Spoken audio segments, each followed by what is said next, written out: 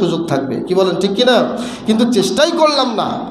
বয়স বলেন আর যে কোনো অবস্থা বলেন, আপনি যত বড় সম্মানী ব্যক্তি হন না কেন, কোরআন শিক্ষা করতে যারা লজ্জাবোধ করবে, মনে করবেন এই লজ্জাই তাকে জাহান্নামে নিয়ে যাওয়ার জন্য যথেষ্ট হয়ে যাবে।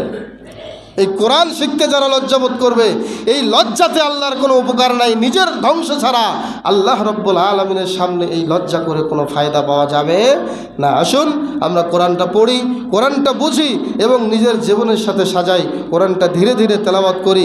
সবসময় যারা একেবারেই তেলাওয়াত করতে পারি না, তেলাওয়াত করার চেষ্টা করব। 3 কুল পড়ব, সূরা সূরা ইখলাস, সূরা নাস, সূরা ফালাক, এগুলো পরে শরীরে ফু দেব এবং ফজরের পরে সূরা ইয়াসিন পড়ব, মাগরিবের সলাতের পরে সূরা ওয়াকিয়া পাঠ করব, এশার সলাতের পরে ঘুমানোর আগে সূরা মুলক পাঠ করব এবং ঘুমানোর আগে আরও একটি সূরার 2টি আয়াত, সূরা বাকারার শেষের 2টি আয়াত পাঠ করব। এগুলো পড়লে আল্লাহ রাব্বুল আলামিন ওই বান্দার জন্য, ওই ব্যক্তির জন্য সারা রাত ফেরেশতা নিযুক্ত করে দেন। বলেন সুবহানাল্লাহ। এবং সূরা মুলকের ব্যাপারে বলা হয়েছে, কেউ যদি নিয়মিত সূরা মুলক তেলাওয়াত করে তার জন্য একজন ফেরেশতা নিযুক্ত হয়ে যায়। কিয়ামতের মাঠে আল্লাহর সাথে তর্ক করবে এই সূরা মুলক। তর্ক করার এক পর্যায়ে ওই ব্যক্তির জন্য জান্নাতের ফয়সালা না দেওয়া পর্যন্ত সূরা মুলক তর্ক করা ছাড়বে না। এই জন্য কোরআনের যত ফজিলত আছে বলে শেষ করা যাবে না। কোরআনের যেই গুরুত্ব, যেই মহত্ব, সেই সম্পর্ক আমরা জানলাম।